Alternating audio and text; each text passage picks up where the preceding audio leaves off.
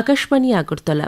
স্থানীয় সংবাদ পড়ছে শর্মিষ্ঠা রায়। প্রধানমন্ত্রী নরেন্দ্র মোদী গতকাল নতুন দিল্লিতে এক অনুষ্ঠানে কৃষি ও সংশ্লিষ্ট ক্ষেত্রে 42,000 কোটি টাকারও বেশি মূল্যের একাধিক প্রকল্পের উদ্বোধন এবং ভিত্তিপ্রস্তর স্থাপন করেছেন। এই অনুষ্ঠানে প্রধানমন্ত্রী কৃষি ক্ষেত্রে দুটি প্রধান উদ্যোগ, প্রধানমন্ত্রী ধনধান্য কৃষি যোজনা এবং ডাল জাতীয় ফসলে আত্মনির্ভরতা মিশনের সূচনা করেন।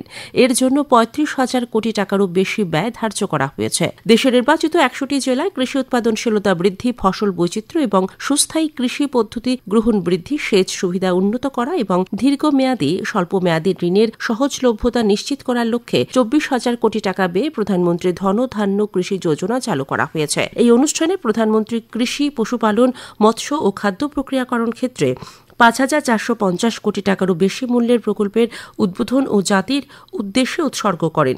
একই সঙ্গে প্রায় 815 কোটি টাকার অতিরিক্ত প্রকল্পের ভিত্তিপ্রস্তর স্থাপন করেন। এই উপলক্ষে জনসমাবেশে প্রধানমন্ত্রী নরেন্দ্র মোদী বলেন, প্রধানমন্ত্রী ধনধান্য কৃষি যোজনা এবং ডাল শস্যে আত্মনির্ভরতা মিশন এই প্রকল্পগুলি দেশের লক্ষ লক্ষ কৃষকের ভাগ্য বদলে দেবে। पीएम धन धान्य कृषि योजना की प्रेरणा आकांक्षी जिलों का मॉडल है। इस योजना के लिए 100 जिलों का चयन बहुत सोच समझकर किया गया। 3 पैरामीटर्स पर इन जिलों का चुनाव किया गया है। पहला, खेत से कितनी पैदावार होती, दूसरा, एक खेत में कितनी बार खेती होती, और तीसरा, किसानों को लोन या निवेश की कोई सुविधा है और है तो कितनी मात्रा में है। অনুষ্ঠানে কেন্দ্রীয় কৃষি ও কৃষক কল্যাণ মন্ত্রী শিবরাজ সিং চৌহান বলেছেন, জিএসটি সংস্কারে সরকার কৃষি সরঞ্জামের উপর জিএসটি হার কমিয়ে কৃষকদের স্বস্তি দিয়েছে। মুখ্যমন্ত্রী অধ্যাপক ডাক্তার মানিক সাহা গতকাল অরুন্ধতিনগরে রাজ্য কৃষি গবেষণা কেন্দ্র থেকে ভার্চুয়ালভাবে প্রধানমন্ত্রী ধনধান্য কৃষি যোজনা এবং ডাল জাতীয় ফসলে আত্মনির্ভরতা মিশনের সূচনা অনুষ্ঠানে অংশ নেন। পরে মুখ্যমন্ত্রী বলেন, এই দুটি গুরুত্বপূর্ণ প্রকল্প দেশের ভাগ্য পরিবর্তন করবে। এই প্রকল্পগুলির ফলে দেশের 1,70,00,000-এর বেশি অন্নদাতা কৃষক লাভবান হবেন। মুখ্যমন্ত্রী আরও বলেন, উত্তর ত্রিপুরা জেলাকে এই প্রকল্পের আওতায় আনা হয়েছে। এর ফলে 59,517 জন কৃষক লাভবান হবেন। তিনি বলেন, কৃষিক্ষেত্রে যেসব অঞ্চলে উৎপাদন কম এবং কৃষিজীবীর সংখ্যা তুলনামূলকভাবে কম, সেই সব এলাকাকে কৃষিতে আত্মনির্ভর করে তোলাই এই প্রকল্পের মূল উদ্দেশ্য। প্রধানমন্ত্রীর সূচনা করা এই প্রকল্পগুলি এখন থেকে 2030-31 অর্থবছর পর্যন্ত চলবে। 11টি দপ্তরকে যুক্ত করে এই প্রকল্পগুলি বাস্তবায়িত হবে। অনুষ্ঠানে অংশ নিয়ে কৃষিমন্ত্রী রতনলাল নাথ জানিয়েছেন, সহসাই ত্রিপুরার ধলাই ও খোয়াই জেলা খাদ্যশস্য উৎপাদনে স্বয়ংসম্পূর্ণ হয়ে উঠবে। তাছাড়া রাজ্য কৃষি দপ্তর শহরাঞ্চলে নগর কৃষির উপরও জোর দিয়েছে। মুখ্যমন্ত্রী অধ্যাপক ডাক্তার মানিক সাহা এই বছর শান্তিপূর্ণভাবে শারদ উৎসব সম্পন্ন হওয়ায় রাজ্যবাসীকে অভিনন্দন জানিয়েছেন।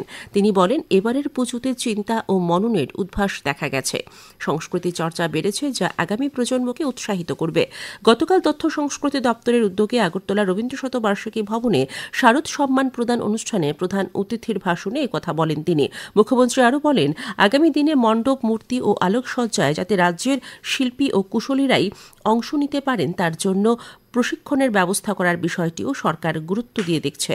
প্রধানমন্ত্রী দক্ষতা বৃদ্ধি ও লোকাল ফর ভোকাল এই বিষয়টির উপরও গুরুত্ব দিয়েই সরকার এই পদক্ষেপ গ্রহণ করার উদ্যোগ নিয়েছে। অনুষ্ঠানে বক্তব্য রাখেন উপজাতি কল্যাণ দপ্তরের মন্ত্রী বিকাশ দেববর্মা। উপস্থিত ছিলেন আগরতলা পুর নিগমের মেয়র দীপক মজুমদার, সাংস্কৃতিক উপদেষ্টা কমিটির ভাইস চেয়ারম্যান সুব্রত চক্রবর্তী, দপ্তরের সচিব প্রদীপ চক্রবর্তী, অধিকর্তা বিম্বিসার ভট্টাচার্য। অনুষ্ঠানে বিভিন্ন বিভাগে শারদ উৎসবে অংশগ্রহণকারী রাজ্যের বিভিন্ন ক্লাব ও সামাজিক সংস্থাকে পুরস্কৃত করা হয়। আগরতলা পুর নিগমের মেয়র দীপক মজুমদার গতকাল স্মার্ট সিটি প্রকল্পে আগরতলা শহরে কভার্ড ড্রেন নির্মাণের কাজ পরিদর্শন করেন। বৃষ্টিতে রাস্তায় যাতে জলমগ্ন হয়ে না পড়ে, সেই লক্ষ্যে দ্রুততার সঙ্গে নিকাশের ব্যবস্থা করতে সংশ্লিষ্ট কর্তৃপক্ষকে নির্দেশ দেন তিনি।